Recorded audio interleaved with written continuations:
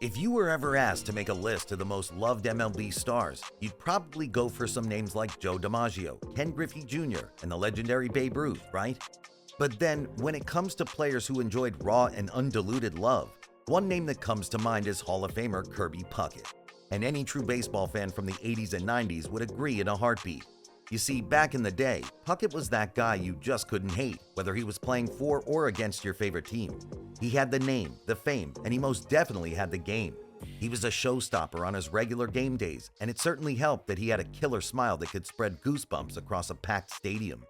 Heck, it wouldn't be too much to say that he was the ideal definition of a model ball player.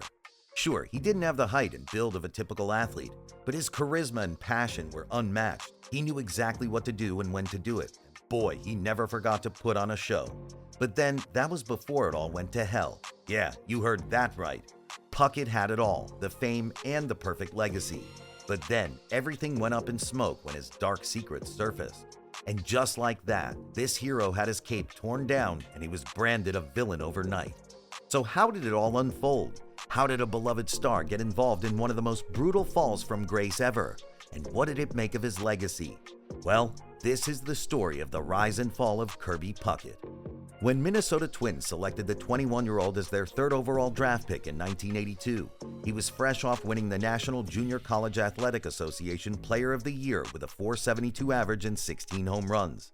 But one thing we all know by now is that success in college baseball doesn't guarantee a successful career in the game. Well, not for young Puckett, who was already showing levels of maturity in his game. So, when he was sent to the minors, it was more like a walk in the park for him.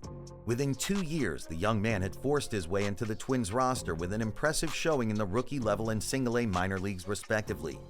His MLB debut came on the 8th of May 1982 in a game against the California Angels, and the young man was quick to show that he was primed and ready for the big leagues.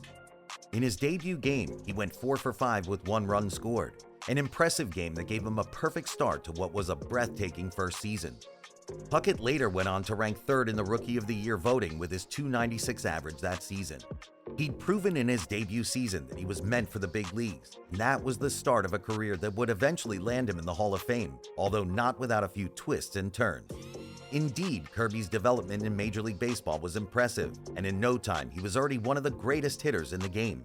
You see, his short, stout figure often concealed the fact that he carried a powerful bat at the plate. However, it was not until 1986 that this asset would really come to the limelight. In his first 2 seasons in the major leagues, Puckett basically operated as a base hitter. However, once he decided to really embrace his ability to hit long balls, there was absolutely no stopping him. Of course, Puckett was already a decent batter for the Twins. However, it was his 86th season that really announced his arrival to stardom. The man embodied the role of a one-man showstopper early enough in the season, and his new style saw him hit home run after home run. In fact, he hit 8 home runs in the month of April alone.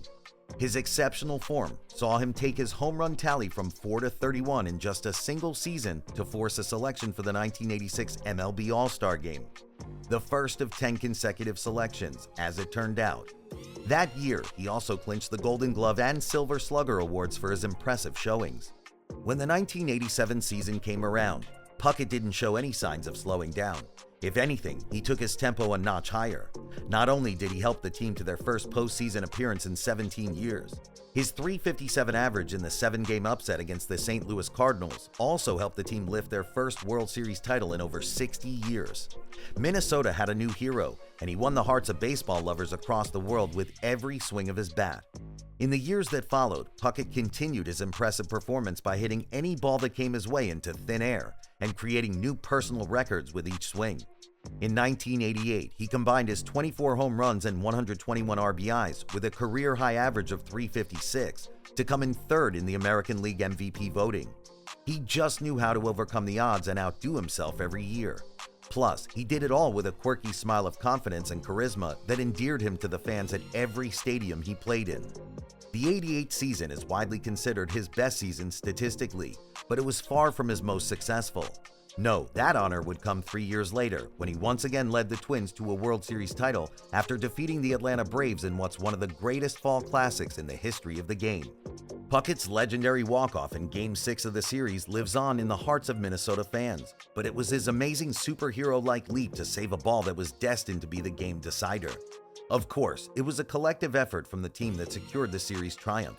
But like always, Puckett was obviously the star of the show, and for that, he was crowned the League Championship Series MVP. At this point, Puckett was enjoying the time of his life in the topmost level of the game, and it all seemed as if nothing could go wrong for Minnesota's beloved hero. But then, tragedy struck, and in a swift twist of fate, it all started to crumble for the living legend. Kirby Puckett's 11 years in the MLB was pretty much smooth sailing. He never had a bad season per se, and he never really suffered from any significant injury for the most part of his prime years. This is why it was quite the irony when injury forced him to retire in 1996. It happened during the 1995 season, in which the now 35-year-old had put up some pretty outstanding numbers, as usual. His .318 average, 99 runs, and 23 homers were age-defying. But then, he wasn't to have the perfect season finale this time, as he broke his jaw after he was hit in the face by a ball from aggressive pitcher Dennis Martinez. It was quite obvious that his season had come to an end, but nobody ever predicted that the game would be his last. Of course, he recovered from the broken jaw just in time for the 1996 spring training, but in an unfortunate turn of events, the hitter was diagnosed with glaucoma when he suddenly stopped seeing from his right eye. He was placed on the disabled list for the first time in his career and eventually called it quits on July 12, 1996. It was the end of an era indeed, but it certainly wasn't the end for Kirby Puckett. If anything, it signaled the beginning of another chapter in his not-so-long life, and this time, it is the controversial chapter. You see, Puckett still enjoyed a bit of good fortune after his retirement. First, his legendary number 34 jersey was retired as a tribute to his legacy with the Minnesota Twins. Next, he was named the executive vice president of the franchise before he was ultimately inducted into the MLB Hall of Fame in 2001. However, just about the same time, Puckett started to trend for all the wrong reasons.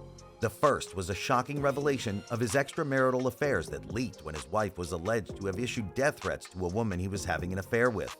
Not long after, the Hall of Famer himself was publicly accused of assault by a different woman whom he allegedly had an affair with for 18 years.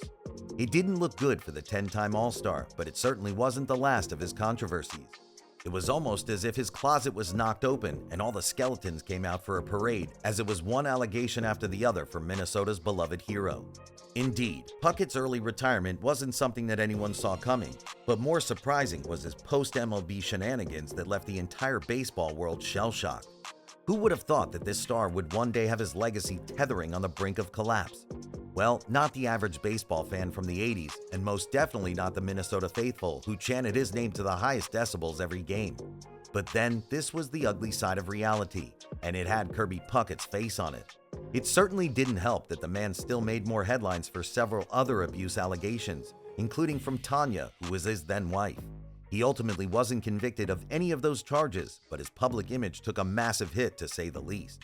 He wasn't anyone's hero anymore. He'd gone from the most loved player to one of the most controversial figures, and even worse in the twinkle of an eye. It was truly a fall from grace for the ages, and Puckett only had himself to blame. When Puckett lost his life in March of 2006 after he suffered a stroke, his name was once again in the headlines. This time, he was the topic of heated conversations, as everyone talked about what was left of his legacy.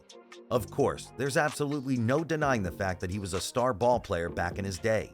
And for many Minnesota fans who saw him play, it will be hard to forget his sunny personality and passion for the game, the same one that he used to win their hearts for the 11 years that he represented the franchise.